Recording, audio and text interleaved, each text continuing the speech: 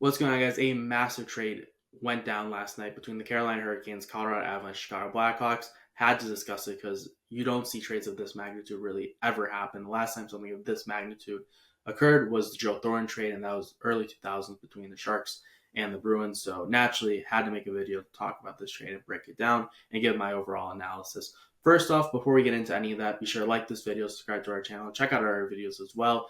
As the trade deadline gets closer, I'm going to be uploading more videos as well, just talking about trade targets. There's going to be the Four Nations coming up. So tune into our podcast for just overall sports. And then if you want hockey stuff as well, I'll be posting videos over the next couple of months, 100%, especially, again, leading up to the NHL trade deadline.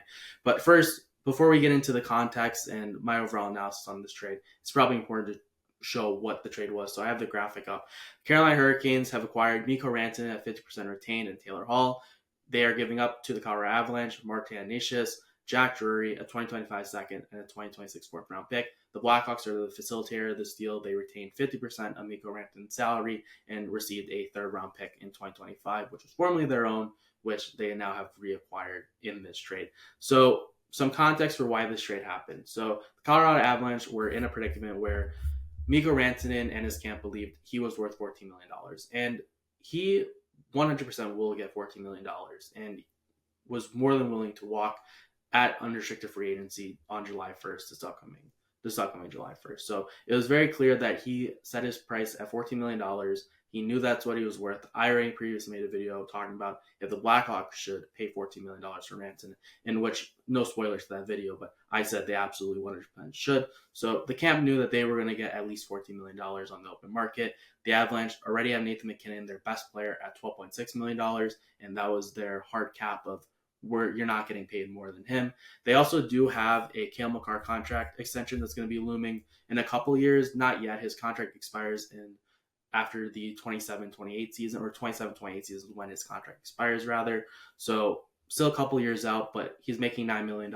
He's certainly going to be making $50 million in the future. So with those two with the big Cale Makar contract looming and the current big Nathan MacKinnon contract, it just didn't make sense for the Avalanche to continue to be so top heavy. So they decided that because he had the UFA card, they were going to trade and move on from Mikko Rantanen. That's where the Carolina Hurricanes step in. They've been sniffing their nose around a lot of stuff. They were in on Pettersson last year, but nothing really materialized. They were allegedly also in on JT Miller of late. And when things weren't really working out on either of those fronts, they decided to shift over to Mikko Rantanen. So this was something that had been reported over the past couple of weeks of the potential of Mikko Rantanen getting traded. I personally didn't believe it. I was very skeptical because, once again, top 10 players tend to be retained by their teams, and you really don't see those types of caliber players even hit the open market, let alone get traded. So the fact that he was traded, especially in late January, was nothing short of insane. But I'm all for it. I'm all for the chaos. So it was great for me. It was really fun on Friday night seeing this all break down and constantly refreshing Twitter. So there's the context to get into each team. Now we'll start off with the Colorado Avalanche, who traded Mikko Rantanen. So the Colorado Avalanche received Martin Necas, Jack Drury, a 2025 second and 2026 fourth.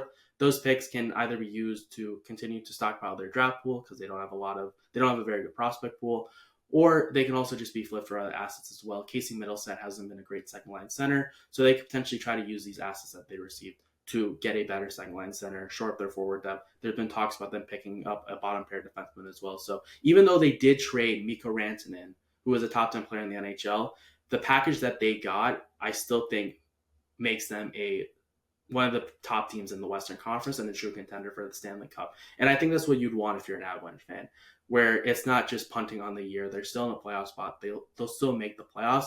And although you are trading the best player in the deal, you still are getting some complementary pieces, which it should still help compete, reach the ultimate goal of winning a Stanley Cup is what I'm getting at. So the picks can be flipped, can be held on to. It's really up to whatever the Avalanche decide. Jack Drury, solid bottom sixer. I really liked him on the Hurricanes. I thought he was kind of your prototypical bottom sixer. Had some good speed, had a little bit of bite to his game, and he's your prototypical bottom sixer. And then Martin Necas, the big piece of the trade, 26 years old, I believe, 25 or 26. He has one more year left on his contract at $6.6 million. Started the season on fire, was just going absolutely insane. Really has cooled off of late, but is still an over point per game player this year. him alongside Nathan MacKinnon is going to be an absolute dynamic duo. It's going to be insane. Nashis is a very fast player. I think his skill really complements Nathan MacKinnon as well. So I think they're going to play off each other just as Mikko Rantanen did with MacKinnon previously. And once again, Nashis is no top 10 player in the NHL, but he is a player that I'd imagine can be a point-bringing player. He's also expressed too in the past that he wants to be a center. The Hurricanes felt that he fit more on the wing, but Nashis has always said with his camp that he wanted to be a center. The Avalanche do have that hole at their second line center spot because Casey Middleset hasn't really done much this year. So Nashis could potentially also fill in as that second line center if the Avalanche see fit. So overall, the Avalanche, for having none of the cards in their hands and Mikko Rantanen having all the cards, I think they made out with a decent package here, especially with Nashis, who again will help them still remain competitive this year and in the future and all likelihood. Moving on to the other team that was in this massive trade, the Carolina Hurricanes, picking up Mikko Rantanen at 50% retained. They also acquired Taylor Hall as well from the Chicago Blackhawks. Mikko Rantanen, as I've said numerous times, top 10 player. He is the big thing. We'll start with the big problem for the Hurricanes over the past couple of years. The big problem for the Hurricanes, it has been two things. It's been their goaltending, and it's been they're not getting enough scoring, especially in the playoffs. And they still have goaltending problems. Frederik Andersen still dealing with injuries. Kochetkov has been very up and down, although he's still a young goaltender with a promising future. And their other problem was their scoring. They had a really big lack of scoring. Svechnikov started off his career really well, but hasn't really developed to where he's a consistent 30, 40 goal scorer.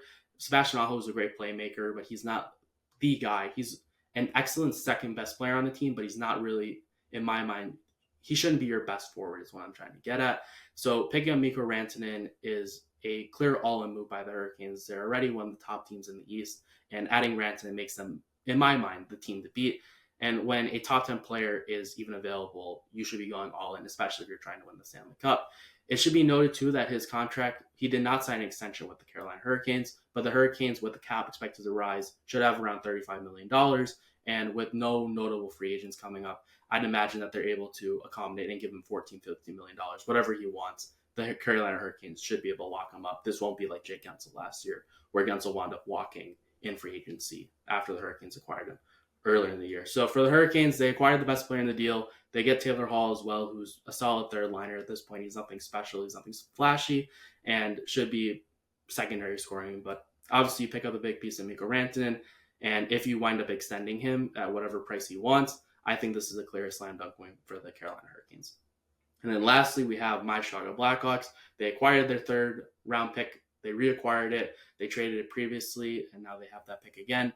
And they retained 50% of Mikko Rantanen's salary.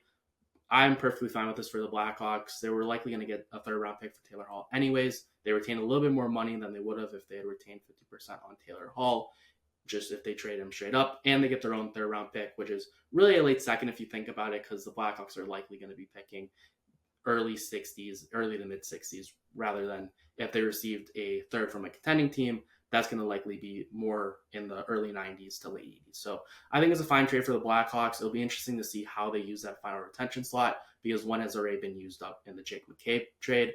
And with this flexibility, do they look to move on from Seth Jones and retain some salary? That might be the big thing. Do they look to make Ryan Donato even cheaper so they can get maybe a second round pick for him? We'll see what happens. But all I know is, once again, this was an absolute massive trade, absolute chaos, just pure bone chaos. And apparently there's still big trades that are to be made from numerous insiders. So you better bet that I will be breaking down all these trades as they happen, along with some speculation as well, too, because a little speculation never hurt anyone as well. So I hope you enjoyed this video breaking down the Mikko Rantanen trade. Let me know your guys' thoughts are. Who do you think won this trade? What are your guys' thoughts? If you're an Avalanche fan, do you like the package? Do you wish you got more? And if you're a Carolina Hurricanes fan, how are you feeling about that trade as well? I'd love to hear your guys' thoughts. And once again, be sure to like this video, subscribe to our channel. And once again, I will be back with more trade news and more other fun hockey videos in the future. So make sure, once again, you're subscribed. See ya.